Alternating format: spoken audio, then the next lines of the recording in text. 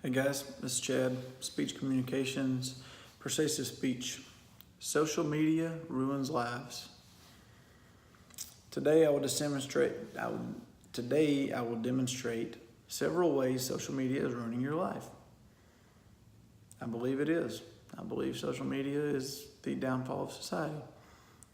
The rise of social media gave way to increased screen time and decreased face time. Social media has videos that start the instant you scroll to that part of the page. Former Facebook executive wrote an article about this.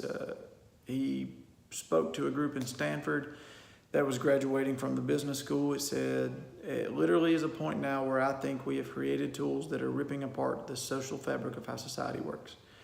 That is truly where we are, he said. The short-term dopamine-driven feedback loops that we've created are destroying how society works. There's no civil discourse, there's no cooperation, just misinformation and mistruth. And it's not an American problem either. This is not about the Russian ads. This is a global problem.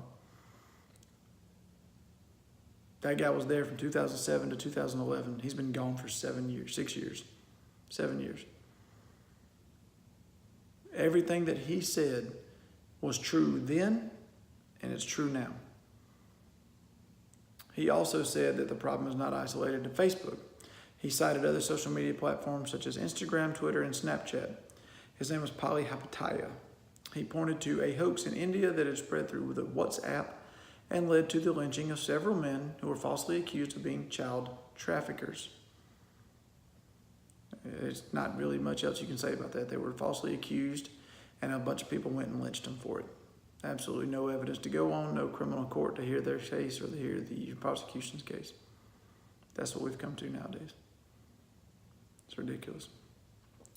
Facebook uses or facilitated the use of ads in the 2016 presidential election. There's still an investigation ongoing about it 2 years later.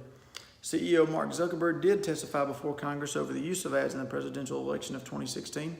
I haven't watched it because I don't care to hear the man speak, so I don't know exactly what he said about it. But I do know that it was probably a lot of lying and deferring to his legal counsel. Donald Trump and Hillary Clinton were at the forefront of the latest attempt of social media telling citizens how to vote. Literally telling them how to vote, telling them who to vote for.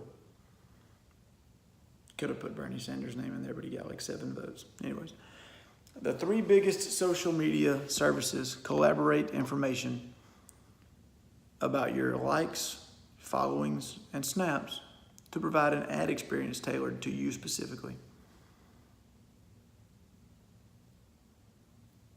I mean, there's not really, why would you tailor ads to somebody like that?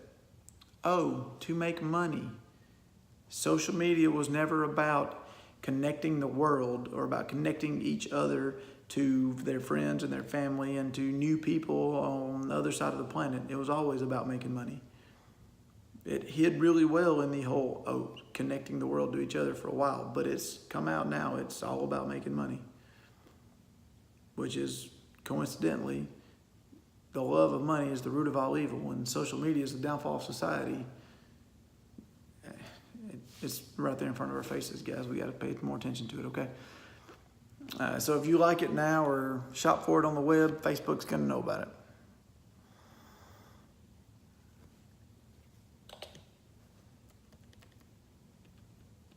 Why don't we talk about the dangers of cyberbullying just for a minute? When it comes to cyberbullying, the victim doesn't even have to see the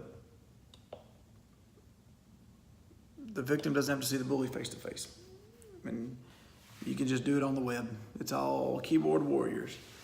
It can take place anywhere, anytime, and the bully doesn't need to be face to face. This means attacks are more violent, more vicious, and more cruel. The victim might not even know who the bully is. We now have anonymous cyberbullying. You can jump on Facebook and make fun of some guy because he wears different suspenders than you do, or because he wears Under Armour and you wear Nike. That's ridiculous.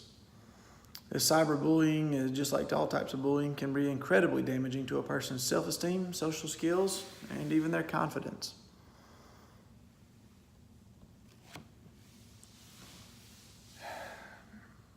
Suicide rates are through the roof. Preteens are killing themselves at a skyrocket, a huge, very high number. 2 notable cases and many more that are being investigated have links to cyberbullying as a reason behind the suicide. It's 2 known cases is too many. I'm just saying that kids shouldn't even know what suicide is, and things shouldn't be so bad that at that age they're thinking about suicide. Social media has anything to do with it, you can count me out. Education is not the only tool parents need to utilize in the fight against cyberbullying. There are options out there for parental locks and guidelines on each service or platform. I can go ahead and tell you right now, Facebook locked, Instagram locked, Snapchat locked. Can't log on. If you can't log on, you can't get cyberbullied. It's Parenting 101, not to be confused with Friending 101. Tell the kids the truth. Stop letting them search it or ask somebody on Facebook. You don't know who they're asking. You don't know who they're talking to. They're asking sex questions. They're sexting. They're asking people that aren't even inside the home questions about stuff that should be only asked inside the home. They're resorting to social media to find these answers. Pornhub, probably one of the places that they're going to find these answers. Facebook, Instagram, Snapchat, Backpage. Just think about them, just a few. I'm just throwing these out here for you guys. Stop allowing your kids to spend every waking hour with their face in a screen, whether they're texting, videoing, FaceTiming, Snapchatting, Twittering it up, whatever they're doing. Stop letting them spend so much time with their face in a screen. They don't know how to talk to people in real life. You can't go to a school nowadays where somebody can answer a question without looking at their phone first to find the answer. They can't say please, thank you, or excuse me. That's ridiculous. It's ridiculous. I mean, don't even get me started on the human trafficking side of it.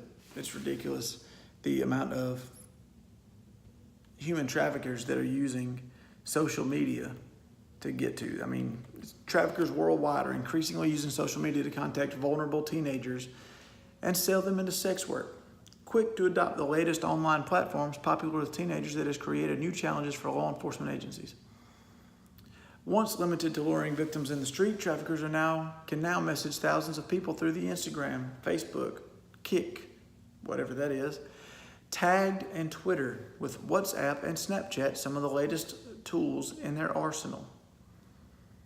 Tools and arsenal should not ever be linked to Snapchat, Twitter, and Instagram, in case you didn't know.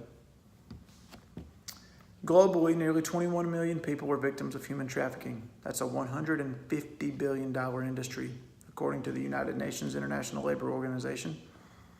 And an estimated 4.5 million of those are forced into sex work. It's beyond ridiculous, people. Let's try to get away from it. Till next time.